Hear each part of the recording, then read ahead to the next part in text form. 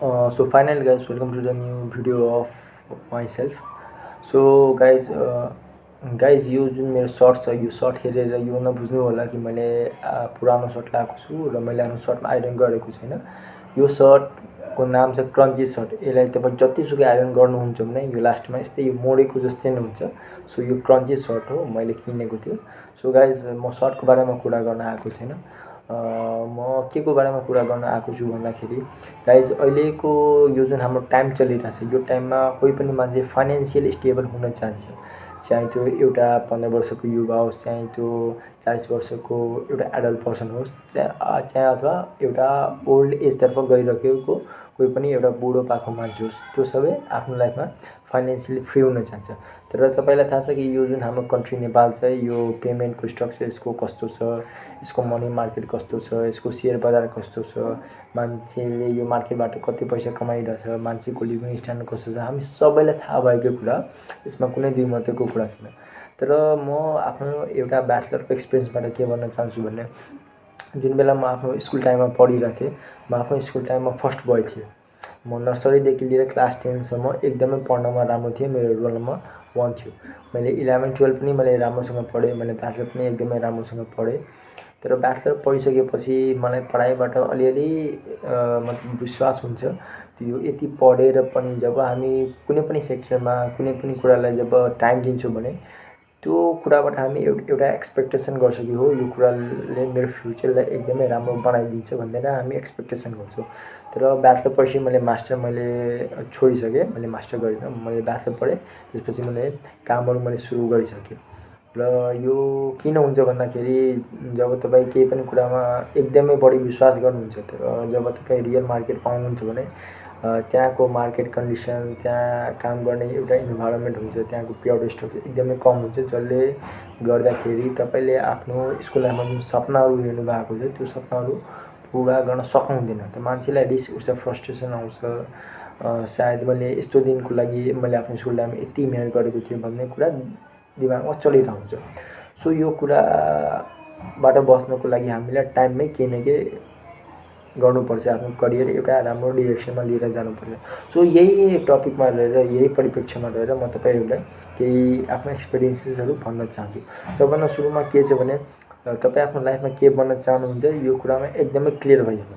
तपाईँ जब पढाइ कम्प्लिट गरिहाल्नुहुन्छ भने कसैको पनि एउटा ड्रिम हुनुहुन्छ म बाहिर विदेशमा गएर काम गर्छु अथवा म नेपालमै बसेर काम गर्छु। सबभन्दा सुरुमा तपाईँ यो क्लियर भइहाल्नु। तपाईँलाई विदेश जानु छ भने तपाईँको जुन टाइम र इनर्जी छ त्यो विदेश जानमा लाउनु।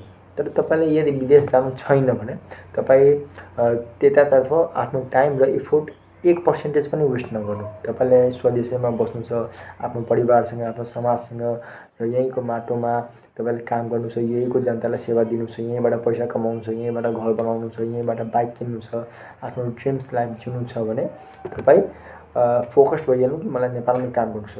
तब तपाईँ फोकस्ड भइहाल्नुहुन्छ कि होइन मलाई नेपालमै काम गर्नु छ भने नेपालमा दुईवटा सेक्टर्सहरू छ, एउटा प्राइभेट सेक्टर, एउटा पब्लिक सेक्टर। पब्लिक सेक्टर भन्ने बित्तिकै हामी सरकारको कर्मचारी भएर काम गर्छौँ र प्राइभेट सेक्टर मतलब कोही पनि मान्छेको एउटा निजी कम्पनी हुन्छ, त्यो कम्पनीमा हामी बसेर काम गर्छौँ। त्यसलाई हामी प्राइभेट र पब्लिक सेक्टर भनेर भन्छौँ।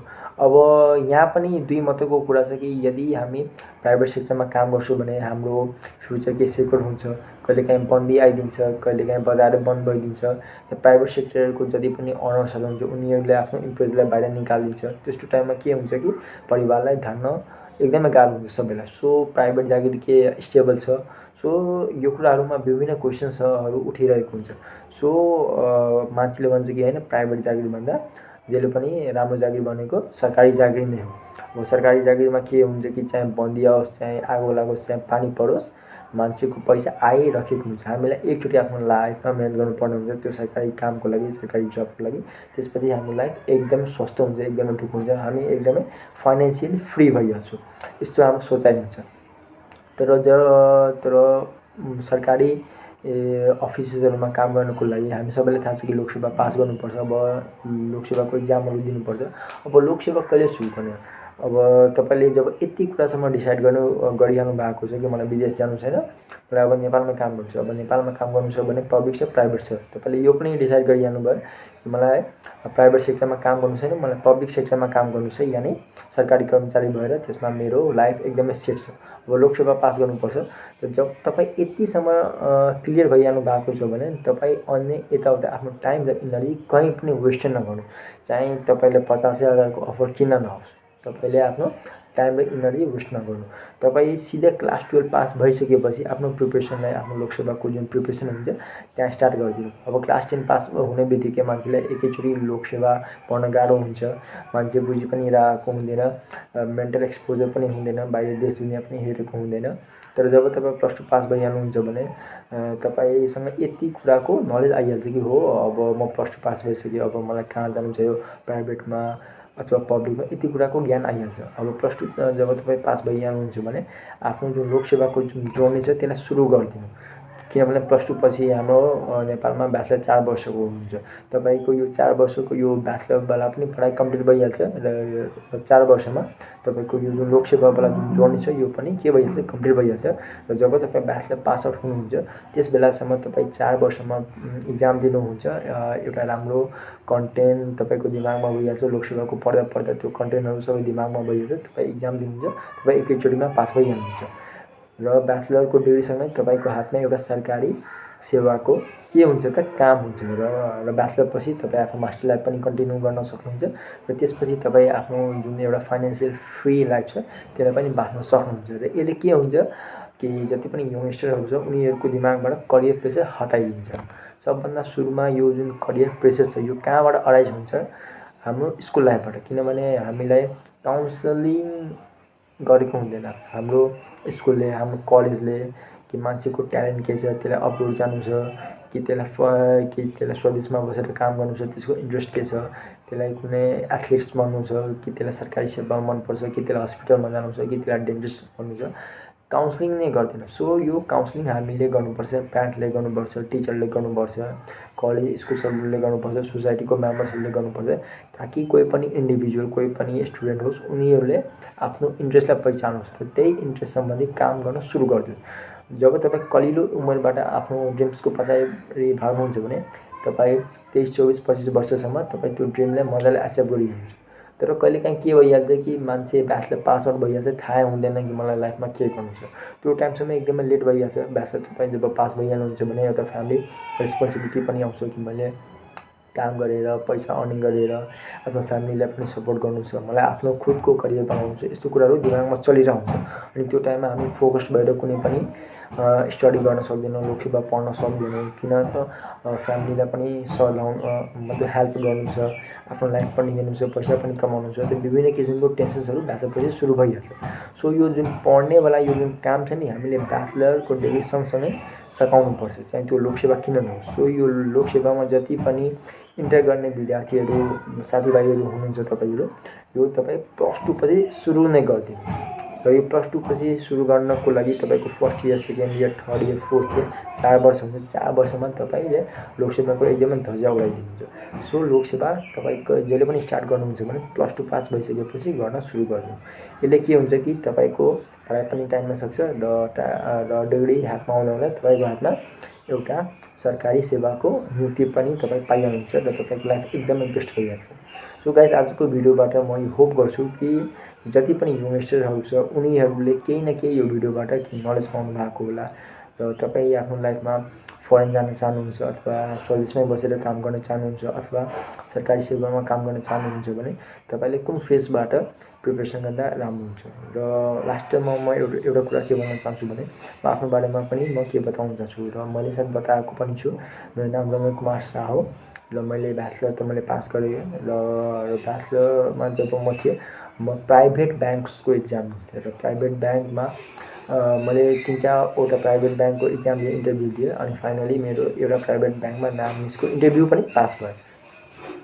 र योभन्दा अगाडि 2-4वटा प्राइभेट ब्याङ्कमा इक्जाम दिएँ, रिटन इक्जाममा त म सबैमा पास भइहालेको थिएँ।